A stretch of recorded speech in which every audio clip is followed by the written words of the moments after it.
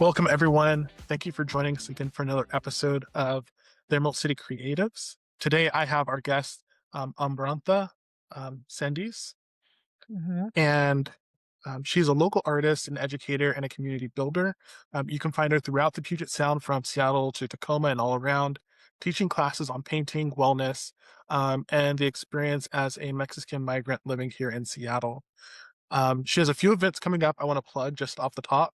Um, we have a painting workshop May 8th, 6 to 8 p.m. at her art studio in Burien. You also have a printmaking with Mayan motifs on May 16th at TPL South Tacoma, 4 to 5:30 p.m. And you can find these details in the show notes below and on her Instagram, and the handle will also be below as well. So And if you go to my website, there's so many events through the month of April I have listed too. Mhm. Awesome. Yes, please go there. I'll also have your website listed so that everyone can see and come to those events as well. And today, I'm excited to talk to you. We've already talked a little bit about your history, what brought you here, and I think I'm just going to start there. What word describes where you're at artistically right now?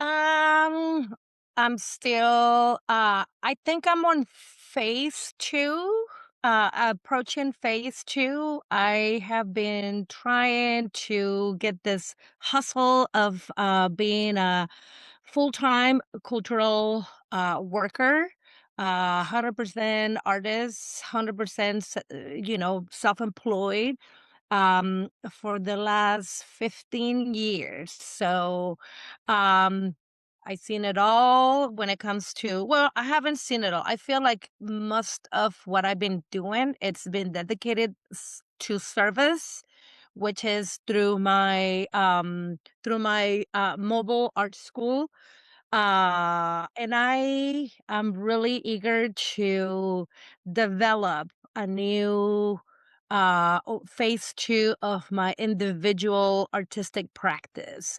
And I know is coming to the other phase that I feel that is coming to is that as a single mom, I didn't really have that much time to spend all my leisure time just trying to figure out what I'm gonna do. I was most likely working, right? Multiple Yeah. jobs, multiple times, 7 days a week.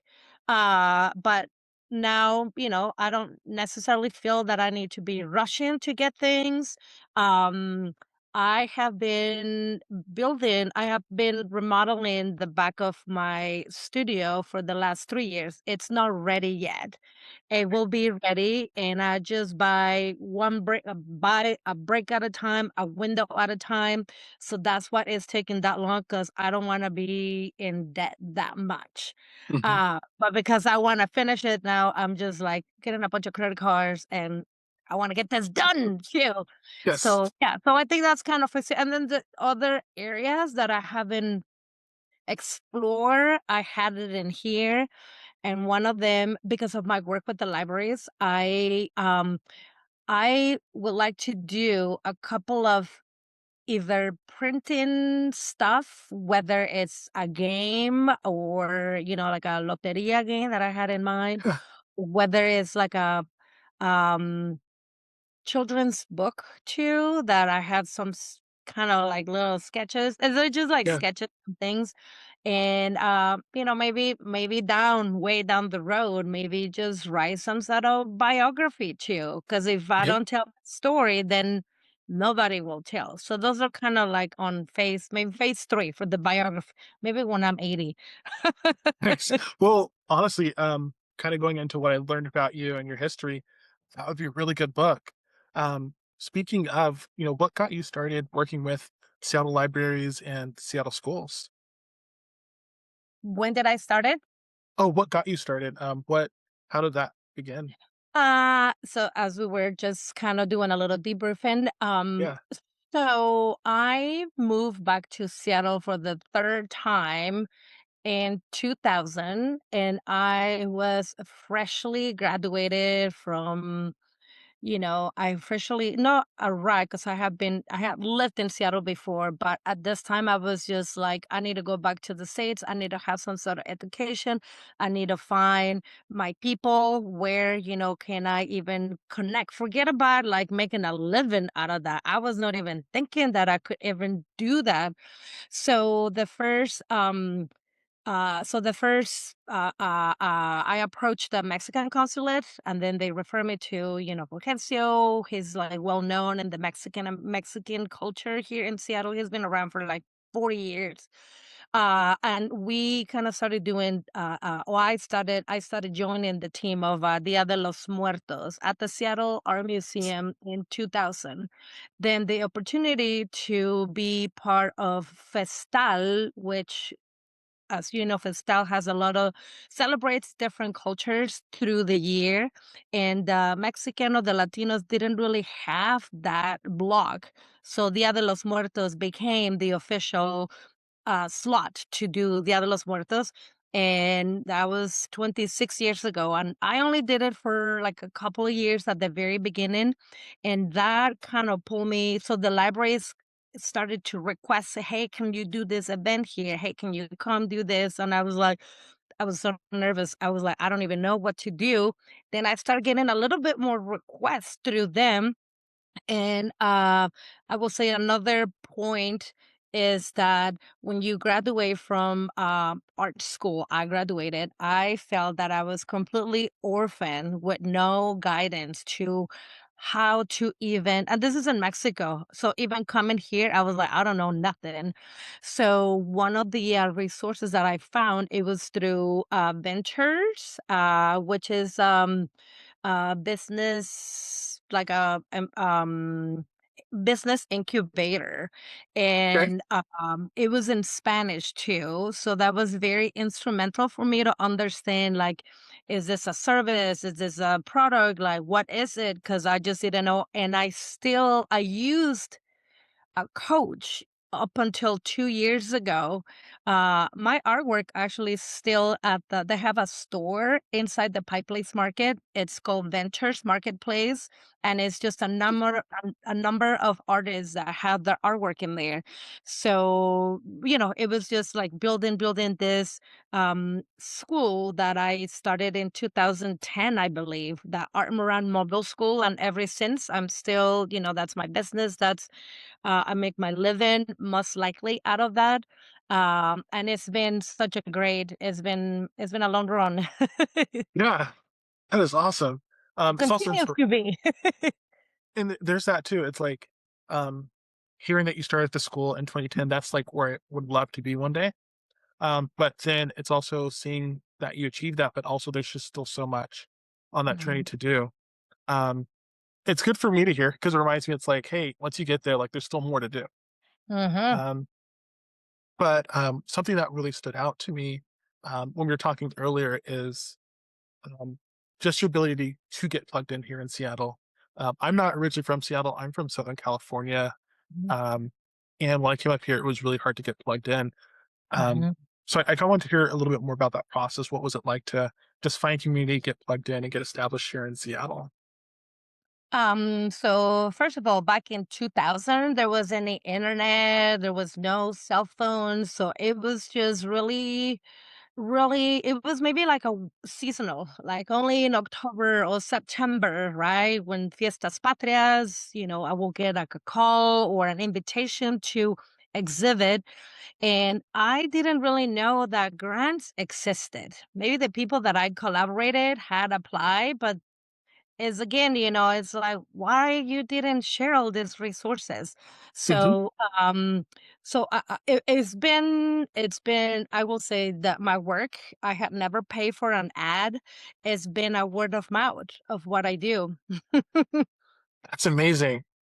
Um, Yes, it's been a word of mouth, and it's been just, dedication and consistency, because sometimes I had like young, artists that want to do, have an exhibit, and they're like, well, what should I do? Like, I see you. And my advice to anybody, keep painting, consistency. Once you've yeah, spent 1,000 hours creating, crafting your craft, then things will start like, if you visualize, things will start coming more clear. But if you don't, then, you're just daydreaming, daydreaming. And we live in a world that is really busy. We get distracted like this.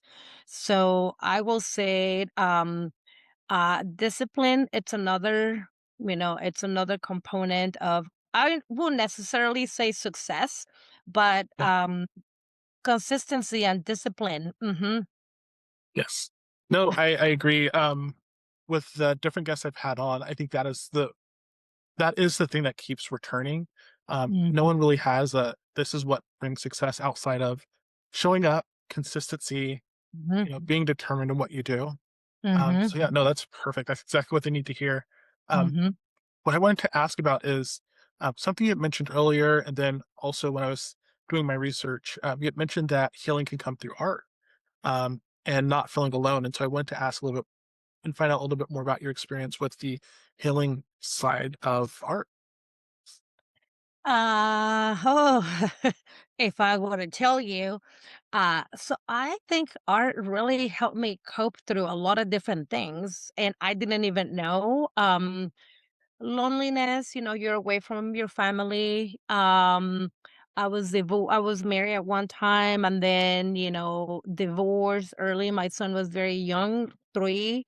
So, they then, and through that process, you just get lost. You just don't even know, what's how things are going to be, starting from scratch, because, once you have, marriage is like a palace, you build something, and then once that doesn't exist, then you start from scratch again. And I'm like, okay, so that was a whole process, just, uh, uh, writing, just journaling, and, definitely some of the images, like, and that's what I said. One day I will put together some sort of retrospective and maybe explain, because I couldn't explain, like, maybe now I could be more, I could try to describe, but there was a process of my, drawings, just like women with knives and women, like, bleeding, and women, all women. It was not Yeah, no children or planets, or it was just a lot of maybe self, portraying and things, right? yeah, Um, mhm. nice. But it's still, like, I guess now, I feel that I have come to a stage in my life that, after all this process of, going through hardship, through a learning process, then transformation becomes. So either, Yes. when you have your traumas, you either repeat, the traumas that you have, or transmit the traumas that you have to your children. And I didn't wanna do that, or, transform. So transmuting is something that you change it, and also you give form, and then as a potter, you also transmute those things. I was also doing a lot of Yeah. ceramic mask. I still have a bunch of ceramic masks that once upon a time I had shown, and I recently moved some of the stuff, because I'm moving stuff around my house all the time, and I found that box, and I'm like, "You know what? One day." But it's hard to do in Seattle. Seattle is just, I don't know, it's Yeah. so much work. There's so Yeah. many artists, and I'm grateful that there's so many artists, and, I feel like there's also resources when it comes to money, but it's also, it's like you either need to really fight really hard to get a grant, so there's still, like, things that I had to think about twice, like, do I Yeah. really wanna go and pursue and have this art exhibit, or blah, blah, blah, do this? Or do I wanna have more of a chill? I don't need to prove nobody how worthy I am, because I think that's another thing that a lot of artists perhaps struggle, try Yeah. to have this, like, validation of, like, "Yes, you are." And like I said, I'm at a point that I'm like, "You know what? If nobody's gonna give me a space, I'm building my own space in the back of my Yeah. house. If you wanna come and see my paintings, I'll have people come in, and I'll invite other people, because the gallery worlds, it's a whole other world Oh my that gosh, yes. I think is it's so far away, and it's money, and it's like who you know, and how the art world speaks. It's a you know who you know. So Mhm. I don't know. I've never been asked to be represented. Not that I put the effort to do that. But yeah, it's a lot of different things. Yeah. No, it's, even being I had a gallery in Pioneer Square for a little bit. I'm now Oh, running you did? a Oh. it it was nice. It ran me ragged, but, now I stepped in for another gallery in Queen Anne, and we focus on BIPOC creatives, um, but even in that space, even though we have galleries, we're still not connected to everyone else. Like, it's very hard to get into those. It's hard to get in Mm, those spaces for us, and, mhm. so no, I definitely get what you're saying because it's definitely a who do you know? Um, it feels a little bit like you have to be the cool kid. Yeah. What was the name of your gallery, if you don't mind asking? Oh yeah, my gallery is called Sea Breezy Paints, Mm, um, and it was there for a while. I was right across from Slip Stitch. The thing is, like, we were there in Pioneer Square, but we're still like kind of on the outskirts of Pioneer Square. mhm. So getting people to come was great, but it was also hard for them to like. I was like, okay, you have Occidental Square, but if you come past the parking lot where you're parking to get to Occidental Square, then we're Yeah, there. So yeah, yeah. um, I Yeah, was the gonna logistics. Yes, yes, yes. yes, Belchon is booming right now, and it's like yeah, Belchon, Belchon, Belchon. They try to really inject.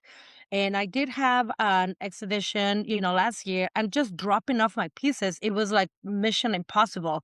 Where's yeah, the park? You got like 1 minute and it's raining. You gotta get your stuff, go in the back in the alley. And even just like showing like vending, the whole vending, like promoting vending my art through like the art walks and stuff. That yeah. is something that I don't even know if I want to do, because it's like by the time I pay for my gas, for the toll to go through, to the parking, to my food, and to the table, well, that's like $150 right there, or maybe 100 if it's and and then yes, it's the vibe, yeah, it's the connectivity, and sometimes I just go with that. Like if I'm gonna do it, I just go with heart open and basically just like with the mind that I'm there to promote my services and not to sell anything. Because if you go with the mind that you're going to make a bunch of money and then you don't make any, it could Yeah. be very frustrating too. So also, I'm learning how to talk to myself when I go into situations like that and decide whether I want to do it or not. Well, I needed to hear that. I do travel and teach paint party classes, and I do have Okay. to remind myself like it's not always going to be a hit, Hmm. and I do have to do that. I I haven't been, but you saying that, I know I now need to start doing that positive self talk. What I wanted to ask, I'm kind of transitioning in a little bit only because one of the paintings of yours that I'm looking at on my screen, I Hmm. happen to know is also right behind you. Um, Okay. it's the one of the woman holding the ice out. Yes. So I'm actually looking at that on my screen. I was going to ask you about that, but then I was just like, that painting behind you looks familiar.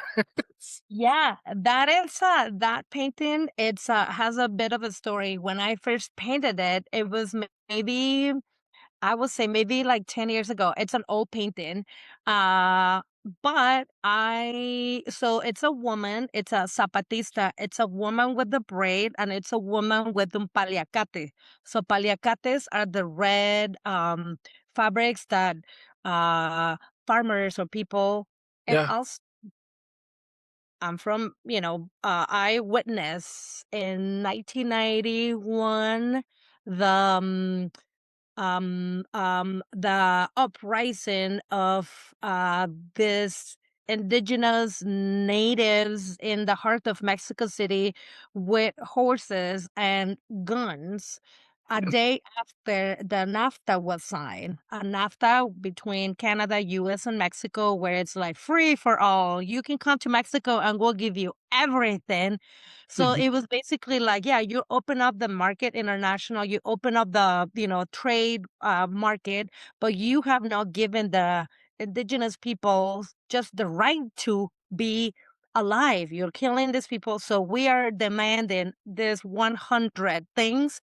And then, so it was EZLN, Ejército Nacional Zapatista, and it was through so while I was in school, I had the opportunity to travel and actually meet not the Zapatistas, but the rural Mayan people that did not even speak Spanish. We had to have translators. So that was a trip that I did. That was like, oh yeah, there's another world, even in that these people are. And again, this is way like 90. That was a long time ago.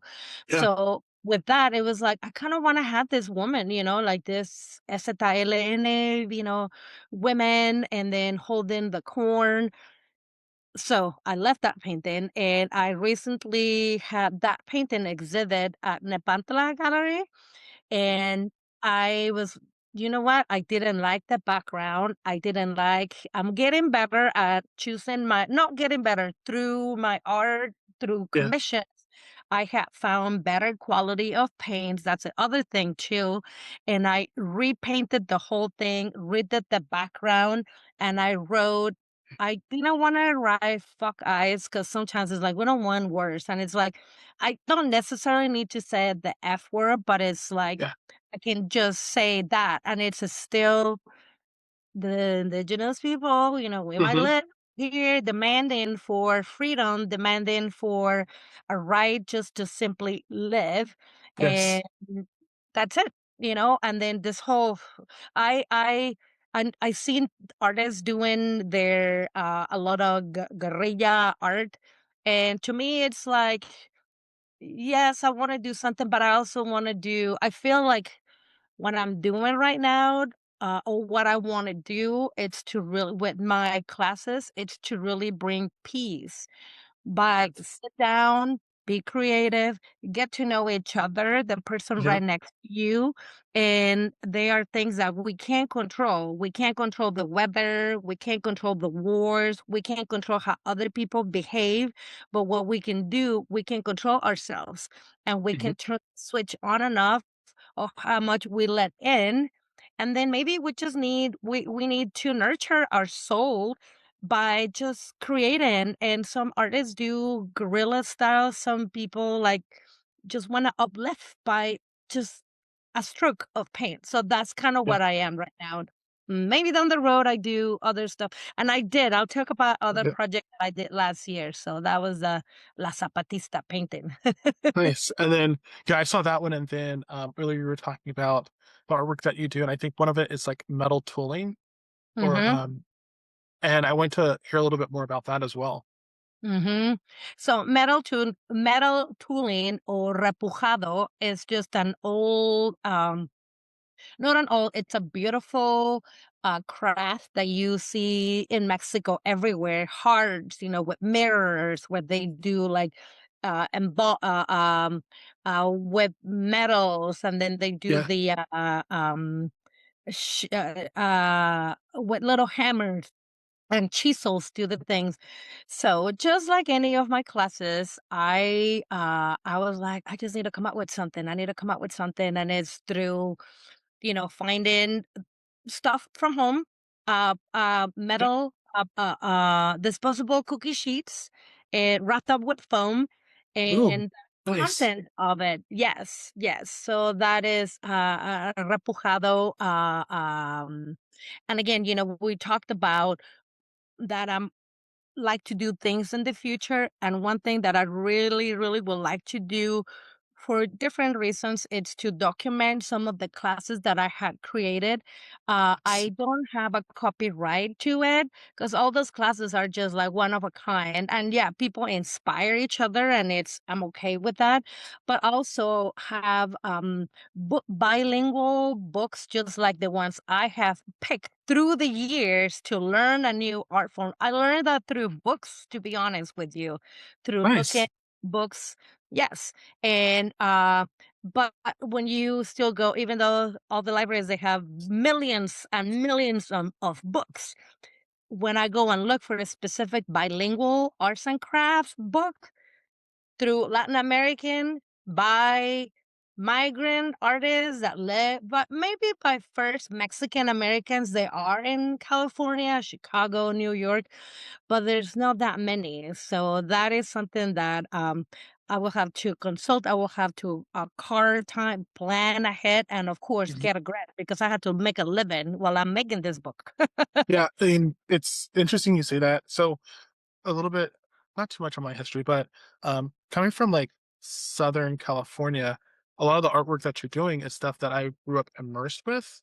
Mhm, mhm, But also, I mean, it's kind of like I've seen it everywhere, so I don't really dig into it because I'm like, this is just what life is. This is what world is. This is what it exists as. mhm, Um, and now that I'm older, I'm like, and I've moved to Seattle, I'm like, oh, this is very unique. This is not what like what the rest of the world is outside of Southern California. And so seeing that mhm, in your artwork, it's something familiar, but also hearing you talk about the history of it is really special because I'm like, oh wow, this is where it comes from. This is the mhm, context. mhm, Um, but also you telling me like there aren't a lot of bilingual art books by Mexican migrants. I was like, when I'm hearing that, I'm like, oh, what? And I'm still realizing it's what we have in Southern California is very special, very unique, and mhm, it's not really going to be found elsewhere in the U.S. in the mhm. same way. And so I really do want to see that book because we need it. Having been in Thank Seattle you, here for thank about you.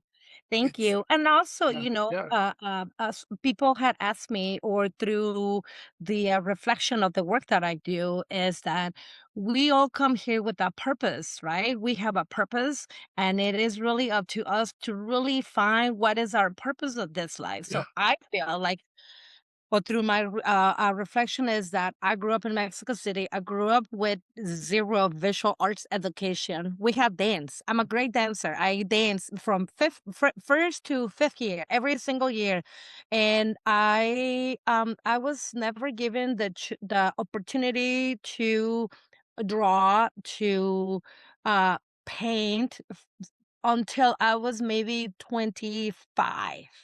I oh didn't wow any visual, because it just does not exist in the public schools, maybe a little, maybe in private schools. So coming here and seeing, for instance, my son's friends, that they're all first generation Mexican Americans, that both parents are Mexicans, that unfortunately, they are either waiting for their situation or they can't go yeah back. So they had never been to Mexico. So part of me is like, if I can bring just a little, if I can bring just like 2 hours of Little Mexico into some sort of art form and yeah explain why is this, how is made, what town, and then have you walk through, give you the art necessary art supplies, right? Because sometimes you have to have the right supplies. And if the libraries are providing me with the space, not just the yeah libraries, now I work with a lot of organizations too, then it's fantastic. Then that's the purpose that I serve my people. So if my people needs me, then I'll go. And believe me, last year I've been driving more and more to Bellingham, to the Whidbey Island. I did some work in Yakima, Titan, and I would love just to. I'm gonna concentrate on just Washington, Aberdeen, Hoquiam, just to just to mention some of the communities that in the last year I've been working with them. love it. Mhm, Um, so I wanted to ask, when you like going into different communities to lead the workshops, mhm. um, like how do you? And I say this for like artists that are kind of all in one space in one area and they're trying to branch out. How do you go about making those connections in a way that you does allow you to branch out into these different communities around Washington? Mhm. Okay, so that how do I go into other communities? Or I guess how do you make those connections to that allow you to travel and get plugged in elsewhere? Mhm. Um, so I don't even know, one of the places that I love, that I hold very dear in my heart, it's Titan, Washington. I don't know if you're familiar with that is. I'm not Titan, Washington, it is near the Yakima Valley. okay. It's up. Up, it's up. It's probably like 30, like 20 minutes up. You go up, up, up, up, up into the hills of where all the uh, apples and pears and grapes are. So Titan, it's a tiny little community of not that many people, but this is where all the Mexican pickers families that have a special visas come and do the labor, and then they live around. So that was for Dia de los Muertos that I started going there, and I was there not with my classes, but um I was able to go, with so many different funders and different people pull in money. I had a project that started doing Frida Kahlo, Dos Fridas live installation. So it started with a very small amount of money. And then year by year, I kept adding more elements to that. And Titan obviously was one of my favorite places to stay because when I went there, I had little girls and moms that didn't even know who Frida Kahlo was. Wait, really? Sorry, Mhm. I don't. Um, Yeah. wow. Yeah, so it's just, it's just young moms, they probably lived in country Mexico. They had the opportunity to come to Washington, and then they have, now it's 3 or 4 years, they still live here. And then they are eager to know. They want to pass on, they want to learn more. And then they her, but they don't really know who that is. So to me, that was like still like, like they have to just know a little bit of who she is. And even Frida Kahlo is like, some people might say, "Oh, she's just so goddamn popular." It is, but it's She also is. it is so popular, but it also touches so many subjects that she did, back in the 30s, like, machismo. She dressed up as a man because she was not conforming of her gender. She married and remarried, Diego Rivera, and then she was, very important person through the Mexican history to identify post-revolution in the 1930s and 40s. And her legacy is still, very, still, she talked about abortion, she talked about miscarriage, and they just didn't want to hear that. But now, they still don't want to hear that. But that was Yeah, how long ago? 100 years ago. yeah, So some of the topics that she faced, or the struggles that she faced, was still faced us or still hear from it. yeah. So, I mean, but she's talked about for a reason. yes, yes, yes. So that was so Titan, unfortunately, because it's a rural community, and I went there maybe 5 years in a row. Even through COVID, we were the only performer, the only live thing to see. Everybody else was virtual videos of mariachis, videos of dances, and it was very cautious. So it was a lovely experience. And again, down the road, but I feel that also other communities will want to see this. And then for me, it's like maybe my installation has evolved. So it was Dos Fridas, and then it was a broken column, another painting. And then I was Yes. like, you know what? Instead of so now I'm going to have the Casa Azul where she lived, and she was an avid of books. And then I'm gonna do this library inside in my head. Like, I'm gonna do this library inside Frida Kahlo's Blue House, and that's when last year I did that was my last installation, which is called The Lies Bravery, the Right of Literacy. Yeah, So it wasn't necessarily Frida showing, but it was, so I had a character, uh, dressed up as, revolucionaria from the 30s, yeah. and women were, like, on the front line, right? Just to defend had the dignity to, be count as part of the Mexican, revolution. So this whole installation, it was centered about, I did a research of all the banned books that were accounted for 2025 with the help of many librarians. They helped me compile a number of books. And surprisingly, a lot of these books are children's book that are banned. So yeah, so it's like, are you kidding me? Are we banned? Yeah.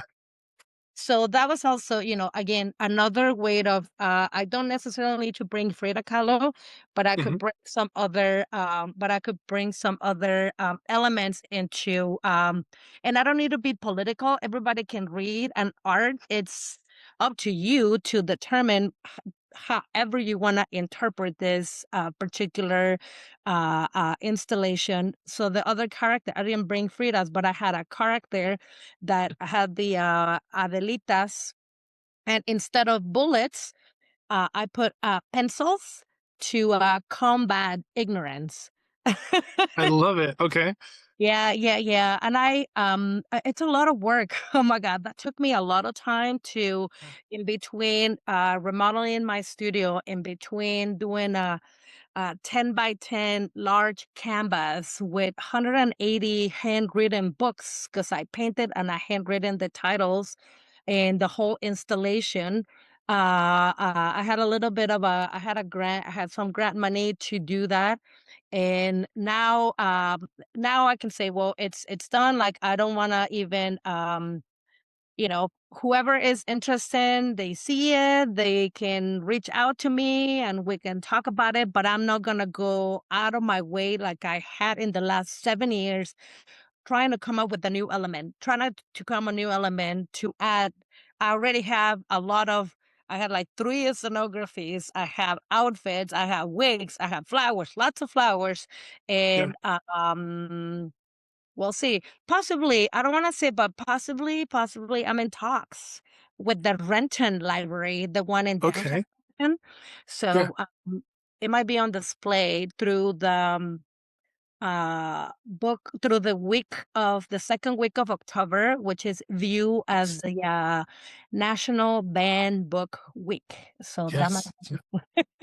Nice. Okay. I love it. I Please let me know. I want to see that in person. Okay, Yeah. I will. It's not, but we've been talking since last year, so I'll Yeah. let you know. Mhm. Nice. One thing I like to ask everyone, in these podcasts is, what song summarizes your journey as an artist, or what song would you do like to play as you create? As I create? Mhm. Oh my god, there's so many. If I need to move, like, if I need to speed up, like, the painting, Yeah. I like to listen, reggaeton, Nice. Bad Bunny, hip Okay. hop. I love hip hop. I love, Mexican, rock en español. I played it. I do play Nice. music most of the time. I don't turn the TV on. Like I said, we can't control everything, but I like to inform myself. And I know there are other ways how can I inform myself how the world is doing if I want to see how the Yeah. world is doing. So my TV, I only turn my TV on maybe like 30 minutes a day, I maybe get one you. hour. That's it. Just the one section of the news. That's all I need to know. And then most of the time I have KXP playing, Nice. um, just music all day, all day. Nice. Um I totally get what you're saying. I've Within the past 2 weeks, I've Mhm, found myself doing a lot less mhm, online. Like, I'll go online, do the promotion posts I have to do, and then mhm, I'm off because just the mhm, news that's coming in, it's mhm, hard. It's hurting me as an artist. And I've noticed a lot more artists are people in general, but artists are like trying to do things in person a little bit more, trying to connect, trying to get away from all everything. So, mhm. but Yep. I want to thank you so much for your time today. Thank Um, you. and Yes, sharing your it is story. so nice meeting you, and I hope we can meet in person. You are welcome to come and join some of my classes. Uh, If you go to my website, there is a link of all the classes that I have at the libraries through the month of April. I have already a bunch of classes all the way through, thank God, right? Through September, Yes. like events through October, actually through November. Some festivals, some commitments that I have, but I try to post it like, like 1 month at a time. And there's links that you can go and sign up for that. And thank you so much for having me being part of this collective artists in Seattle. And yeah, thank you. Yeah, thank you. And yeah, I'll hit you up because I am not too far from you. I'm just in West Seattle. So I'm always in Oh, Burien, Des Moines area. oh, okay. Well, before you go, I am about to take down my artwork. It's at the bakery. What's it called? It's Oh, in Nouveau or Nonibo, it's in Delridge. Fresh Flowers. It's right uh, on like 16 on Delridge. There's a little triangle. There's a little triangle bar and a yeah. Pantlegay next door. So they had delicious pastries. I had my artwork there for like 3 months, and I was just Okay. talking to one of the artists because again, like I don't want to be taking the whole space, and because nobody organizes that, like let me just find another artist just to go. So I'm actually today kind of in a process like I kind of want to continue to work on this other when you go there it's also like a puzzle. One each piece stand on its own, but if you put it all together it's like the jungle. So go check it out. I will. I'm actually they're probably closed already, but I'm actually headed that way now to get dinner for me and my family. So um It is closed. it's They close at it's 5, good. but they open every Okay. day. They open at like 7 a.m., 7 to 5 p.m. every day. Oh, nice. Then I'm definitely gonna be by there. Um Awesome, awesome, yeah. great. Thank you so Thank much. you so much. Have a good one. See you later. Bye bye. Bye.